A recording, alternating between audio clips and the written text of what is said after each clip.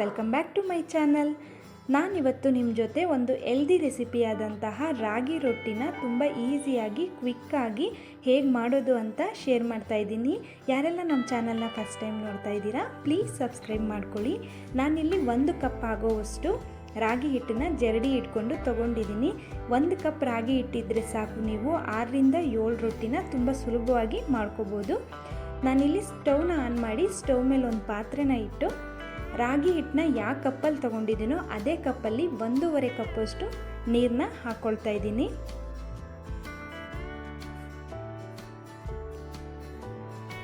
ರುಚಿಗೆ ಎಷ್ಟು ಬೇಕು ಅಷ್ಟು ಉಪ್ಪನ್ನು ಕೂಡ ಆ್ಯಡ್ ಮಾಡ್ಕೊಳ್ತಾ ಇದ್ದೀನಿ.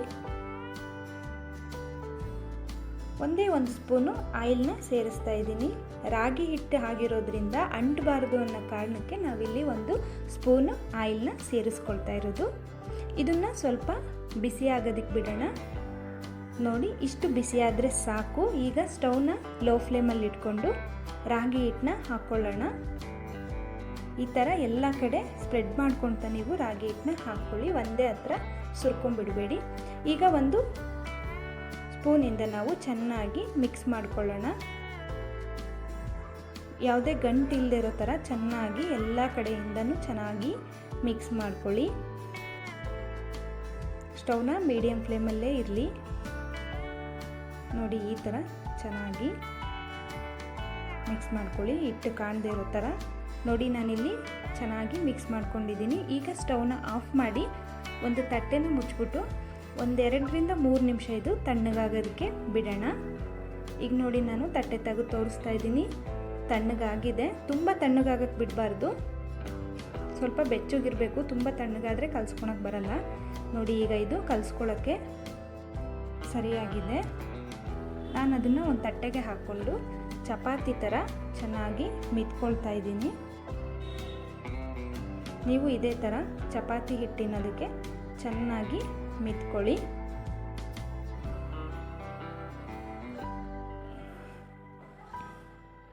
ನೋಡಿ, ಈಗ ಈ ಥರ ನಾನು ಮಿತ್ಕೊಂಡಿದ್ದೀನಿ. ಇದಕ್ಕೆ 1 ಸ್ಪೂನಷ್ಟು ನಾನು ಅಡುಗೆ ಎಣ್ಣೆನ ಸೇರಿಸ್ತಾ ಇದ್ದೀನಿ. ಹೀಗೆ ಲಾಸ್ಟಲ್ಲಿ ಎಣ್ಣೆ ಸೇರಿಸಿ ಮಿದಿಯೋದ್ರಿಂದ ನಾವು ರೊಟ್ಟಿನ ಒಸಿಬೇಕಾದ್ರೆ ಕೈಗೆ ಮತ್ತು ಮಣೆಗೆ ಅಂಟಲ್ಲ ಹಿಟ್ಟು. ಅದಕ್ಕೋಸ್ಕರ ನಾನು ಲಾಸ್ಟಲ್ಲೂ ಕೂಡ 1 ಸ್ಪೂನ್ ಎಣ್ಣೆ ಹಾಕ್ಕೊಂಡು ಚೆನ್ನಾಗಿ ಮಿತ್ಕೊಳ್ತಾ ಇದ್ದೀನಿ. ಈಗ ರೊಟ್ಟಿ ಮಾಡೋಕ್ಕೆ ಹಿಟ್ಟು ರೆಡಿಯಾಗಿದೆ. ನಾನಿಲ್ಲಿ 1 ಚಪಾತಿ ಒಸೆಯೋ ಮಣೆನ ತೊಗೊಂಡಿದ್ದೀನಿ. ಹಿಟ್ಟು ನಾದಿಟ್ಕೊಂಡಿರೋ ಹಿಟ್ಟಲ್ಲಿ ನಮಗೆ ಯಾವ ಸೈಜಿಗೆ ಬೇಕು ಆ ಸೈಜಿಗೆ ನಾವು ಉಂಡೆನ ಮಾಡ್ಕೊಳ್ತಾ ಇದ್ದೀನಿ ಚಪಾತಿ ಮಾಡೋದಕ್ಕೆ. ಇನ್ನು ಉಳಿದಿರೋದನ್ನು ಒಂದು ತಟ್ಟೆನ ಮುಚ್ಚಿ ತೆಗ್ದಿಡೋಣ. ಅದು ತಣ್ಣಗಾದರೆ ಬೇಗ ರೊಟ್ಟಿ ಮಾಡೋಕ್ಕಾಗಲ್ಲ, ಅದಕ್ಕೆ ಮುಚ್ಚಿಡ್ತಾ ಇದ್ದೀನಿ. ಈಗ ನಾನು ಚೆನ್ನಾಗಿ ಅದನ್ನು ನಾದ್ಕೊಂಡು ಉಂಡೆ ಮಾಡ್ಕೊಳ್ತಾ ಇದ್ದೀನಿ. ಈ ಥರ ಸೆಂಟ್ರಲ್ಲಿ ಪ್ರೆಸ್ ಮಾಡ್ಕೊಳ್ಳಿ. ಪ್ರೆಸ್ ಮಾಡಿಕೊಂಡು ಸ್ವಲ್ಪ ರಾಗಿ ಹಿಟ್ಟನ್ನ ಹಾಕ್ಕೊಂಡು ಮೇಲೆ ಕೆಳಗೆ ಚೆನ್ನಾಗಿ ತಟ್ಕೊಳ್ಳೋಣ. ನಿಮಗೆ ಕೈಯಲ್ಲೇ ತಟ್ಟಕ್ಕೆ ಬರುತ್ತೆ ಅಂದರೆ ನೀವು ಕೈಯಲ್ಲಿ ತಟ್ಕೋಬೋದು. ಇಲ್ಲ, ನಾವು ಫಸ್ಟ್ ಟೈಮ್ ಮಾಡ್ತಾಯಿದ್ದೀವಿ, ನಮಗೆ ಕೈಯಲ್ಲಿ ತಟ್ಟಕ್ಕೆ ಬರಲ್ಲ ಅಂತಂದರೆ ನೀವು ಈ ಥರ ಲಟ್ಟಣಿಗೆಯಿಂದ ಕೂಡ ತಟ್ಕೋಬೋದು. ಲಟ್ಟಣಿಗೆಗೂ ಕೂಡ ನಾನು ಸ್ವಲ್ಪ ಎಣ್ಣೆ ಹಿಟ್ಟನ್ನು ಹಾಕ್ಕೊಳ್ತಾ ಇದ್ದೀನಿ. ಯಾಕೆ ಅಂತಂದರೆ ಅಂಟಬಾರ್ದು ಅಂತ. ನೋಡಿ, ಈ ಥರ ತಿರುಗಿಸ್ಕೊಳ್ತಾ ಚೆನ್ನಾಗಿ ಲಟ್ಟಿಸ್ಕೊಳ್ಳಿ. ಲಟ್ಟಣಿಗೆಯಿಂದ ಈ ಥರ ಲಟ್ಟಿಸ್ಕೊಳ್ಳೋದು ತುಂಬ ಈಸಿ. ರಾಗಿ ರೊಟ್ಟಿನ ಯಾರೆಲ್ಲ ಕಷ್ಟ ಅಂದ್ಕೊಂಡಿದ್ದೀರಾ ನೋಡಿ, ಈ ಥರ ಅವರು ಮಾಡ್ಕೋಬೋದು. ರಾಗಿ ನಮ್ಮ ಹೆಲ್ತಿಗೆ ತುಂಬ ಒಳ್ಳೆಯದು, ನಿಮಗೆಲ್ಲ ಗೊತ್ತಿರೋ ಥರ. ಇದು ಸಿರಿಧಾನ್ಯಗಳಲ್ಲಿ ಒಂದು. ಇದರಲ್ಲಿ ಐರನ್ನು, ಕ್ಯಾಲ್ಶಿಯಂ, ಪ್ರೋಟೀನ್, ಈ ಥರ ನಮ್ಮ ಹೆಲ್ತಿಗೆ ಯೂಸ್ ಆಗುವಂತಹ ತುಂಬ ಖನಿಜಗಳಿದೆ. ರಾಗಿನ ಹೆಚ್ಚಿನ ಪ್ರಮಾಣದಲ್ಲಿ ನಮ್ಮ ಆಹಾರದಲ್ಲಿ ಸೇವಿಸೋದ್ರಿಂದ ಡೈಜೆಷನ್ಗೆ ಇದು ತುಂಬ ಹೆಲ್ಪ್ ಆಗುತ್ತೆ. ಯಾರೆಲ್ಲ ಮಲಬದ್ಧತೆ ತೊಂದರೆಯಿಂದ ಬಳಲ್ತಾ ಇದ್ದೀರಾ ಅವರಿಗೂ ಕೂಡ ಇದು ತುಂಬ ಒಳ್ಳೆಯದು.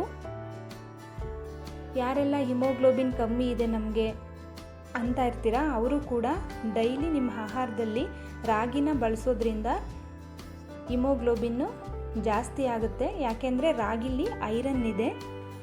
ನೋಡಿ, ಈ ಥರ ನಾನು ಚೆನ್ನಾಗಿ ಒಸ್ಕೊಂಡಿದ್ದೀನಿ. ಈಗ ಇದು ರೆಡಿಯಾಗಿದೆ. ಇದನ್ನು ನಾವಿವಾಗ ಸುಟ್ಕೊಳ್ಳೋಣ. ನೋಡಿ, ಎಷ್ಟು ಚೆನ್ನಾಗಿ ಬಂದಿದೆ ಅಂತ ನೀವು ನೋಡ್ತಾ ಇರ್ಬೋದು. ಅಂಚನ್ನು ನಾನಿಲ್ಲಿ ಕಾಯಕ್ಕಿಟ್ಟಿದ್ದೆ, ಅಂಚು ಚೆನ್ನಾಗಿ ಕಾದಿದೆ. ಈಗ ನಾನಿಲ್ಲಿ ರೊಟ್ಟಿನ ಹಾಕ್ಕೊಳ್ತಾ ಇದ್ದೀನಿ. ನೋಡಿ ಬರೀ ಕೈಯಲ್ಲೇ ಹಾಕ್ಕೊಳ್ತಾ ಇದ್ದೀನಿ, ಎಲ್ಲೂ ಕೂಡ ಕಿತ್ತೋಗಿಲ್ಲ, ತುಂಬ ಚೆನ್ನಾಗಿ ಬಂದಿದೆ. ಹಾಕಿ ಸ್ವಲ್ಪ ಬಿಸಿ ಆದಮೇಲೆ ರೊಟ್ಟಿ ನಾನಿಲ್ಲಿ ಒಂದು ಬಟ್ಲಲ್ಲಿ ನೀರಿಟ್ಕೊಂಡಿದ್ದೀನಿ. ಆ ನೀರಿಗೆ ಒಂದು ಬಿಳಿ ಬಟ್ಟೆನ ಎತ್ಕೊಂಡು ಆ ರೊಟ್ಟಿಗೆ ಈ ಥರ ಸುತ್ತ ಹಚ್ಕೊಳ್ತಾ ಇದ್ದೀನಿ. ನೀವು ಇದೇ ಥರ ಹಚ್ಕೊಳ್ಳಿ, ಯಾವುದೇ ಎಣ್ಣೆ ಹಾಕಿ ಸುಡೋಕೆ ಹೋಗಬೇಡಿ. ರಾಗಿ ರೊಟ್ಟಿನ ಯಾವಾಗಲೂ ನೀರು ಹಚ್ಚಿನೇ ಸುಟ್ಕೋಬೇಕು, ತುಂಬ ಚೆನ್ನಾಗಿರುತ್ತೆ. ಈ ಥರ ಎಲ್ಲ ಕಡೆ ನೀವು ಸುತ್ತಲೂ ನೀರನ್ನ ಹಚ್ಕೊಳ್ಳಿ. ಸ್ವಲ್ಪ ನೀರು ಡ್ರೈ ಆಗಕ್ಕೆ ಬಿಡೋಣ. ನೀರಿನೇನು ಡ್ರೈ ಆಗ್ತಿದೆ ಅನ್ನುವಾಗ ನಾವು ಇದನ್ನು ಮಗ್ಚಾಕ್ಕೊಳ್ಳೋಣ. ನೋಡಿ ನಾನಿಲ್ಲಿ ಮಗ್ಚಾಕೊಂಡಿದ್ದೀನಿ.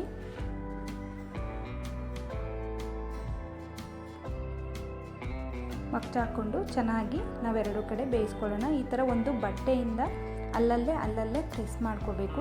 ಪ್ರೆಸ್ ಮಾಡಿದ್ರೆ ಚೆನ್ನಾಗಿ ರಾಗಿ ರೊಟ್ಟಿ ಉಬ್ಬಿ ಬರುತ್ತೆ, ಅದ್ರ ಜೊತೆ ಚೆನ್ನಾಗಿ ಎಲ್ಲ ಕಡೆನೂ ಬೇಯುತ್ತೆ. ನೋಡಿ ಈ ಥರ ನಾನಿಲ್ಲಿ ಮಾಡ್ತಾಯಿದ್ದೀನಿ.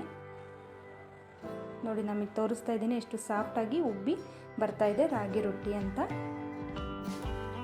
ಈ ಥರ ನಾವು ಬೇಯಿಸ್ಕೋಬೇಕು ರಾಗಿ ರೊಟ್ಟಿನ.